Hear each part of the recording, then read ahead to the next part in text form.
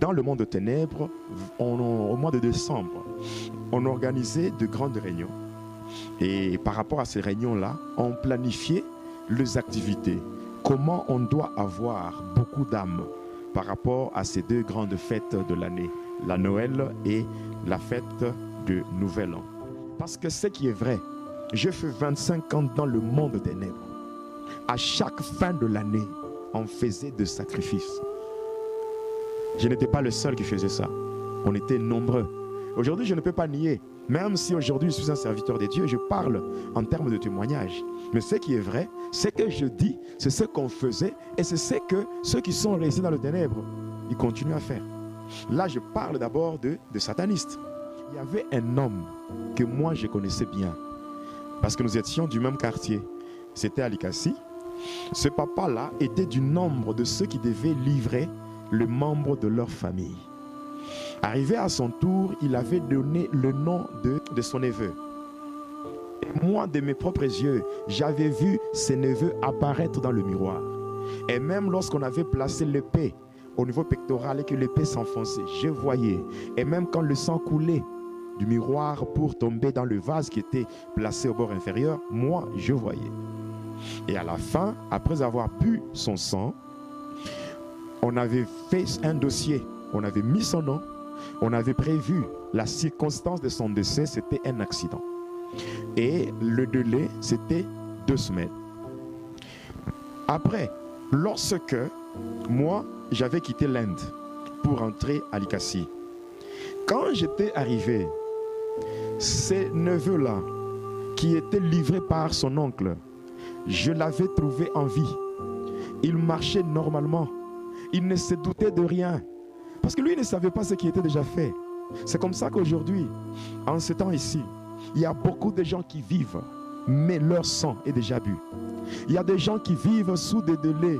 Il y a des gens qui vivent, mais sur leur vie, on a imposé des délais. On a imposé des délais, mais eux-mêmes ne savent pas. On a déjà même prévu la circonstance de leur décès, mais eux-mêmes ne savent pas. En cette fin d'année, vous allez constater ça.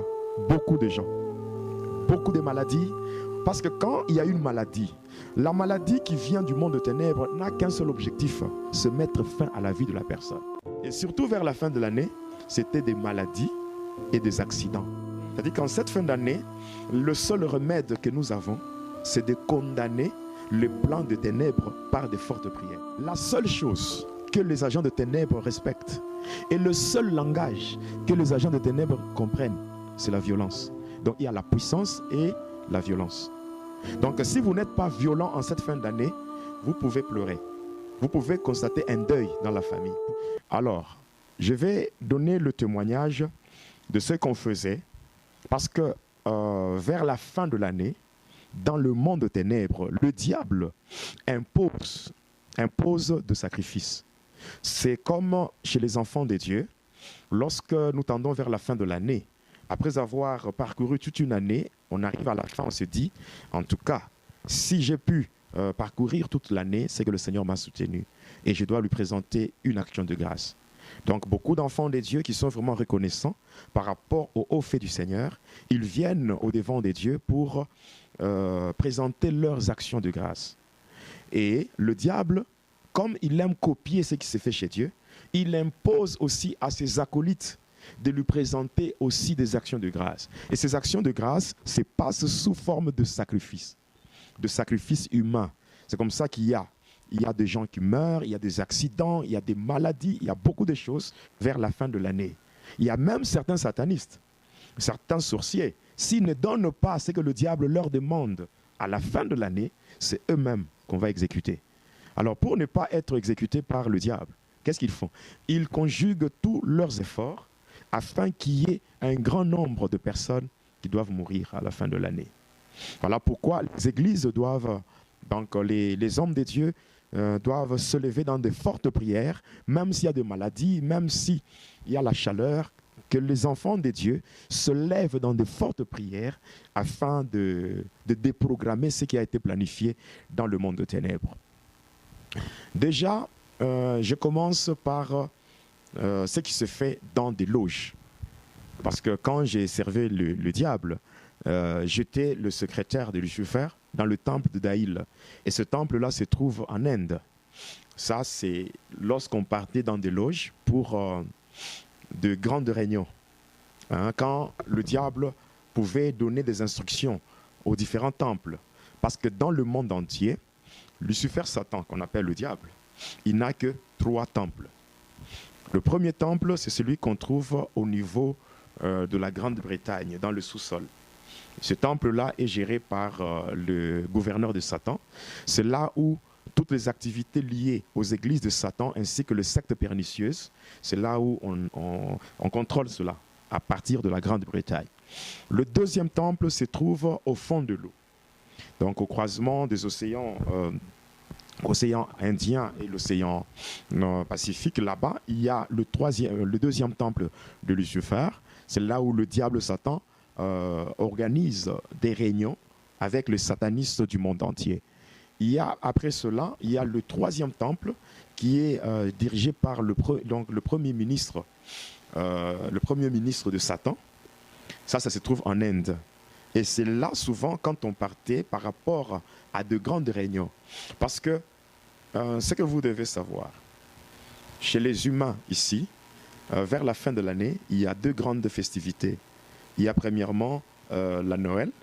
Deuxièmement, il y a ce qu'on appelle la fête de Nouvel An. Bon, si on a le temps, dans d'autres numéros du témoignage, on parlera aussi sur, par exemple, la fête du 25 décembre. C'est que les gens appellent la Noël. En réalité, cette fête n'a rien à voir avec le Seigneur. Donc, on en parlera. Mais, dans le monde de ténèbres, au mois de décembre, on organisait de grandes réunions. Et par rapport à ces réunions-là, on planifiait les activités. Comment on doit avoir beaucoup d'âmes par rapport à ces 2 grandes fêtes de l'année, la Noël et la fête de Nouvel An. On organisait des réunions et quand on était dans ces réunions, il y avait des choses qu'on faisait. Il y avait la manière dont on organisait comment tuer des gens, comment avoir le sang. Parce que le diable nous disait chaque fois que la banque de sang ne pouvait pas être vide. Le diable, il a aussi 3 banques. Il y a ce qu'on appelle la banque de bébés, c'est-à-dire l'endroit où vont les enfants qui sont tués suite à des avortements et d'autres enfants qui viennent par la pratique de l'onanisme qu'on appelle la masturbation. La deuxième banque, c'est la banque de bébés, pardon, la banque d'argent, c'est-à-dire ceux-là qui croient que le diable donne l'argent, qui entrent dans des pratiques sataniques et qui finissent par sacrifier le membre de leur famille pour avoir de l'argent. Cet argent qu'ils reçoivent de la part de Satan, cet argent vient d'où?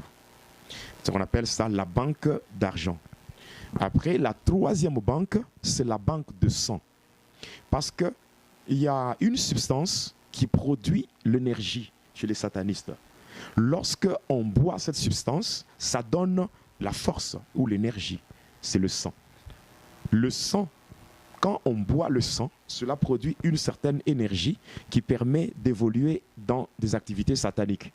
Et même le diable, même le démon boivent aussi le sang. Quand il y a sacrifice humain, ce qu'il y a, c'est quoi?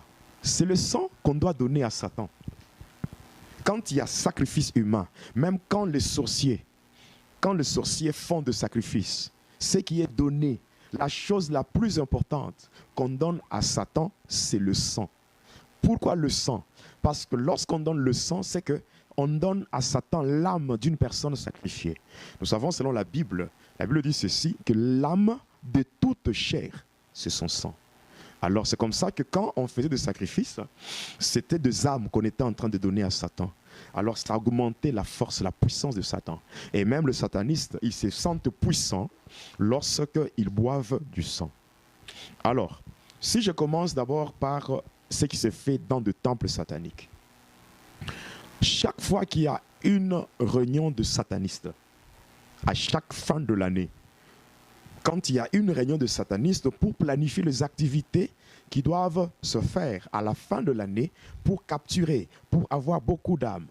À chaque réunion d'abord, il faut qu'on boive le sang de 500 personnes. Donc quand j'ai dit une réunion, c'est-à-dire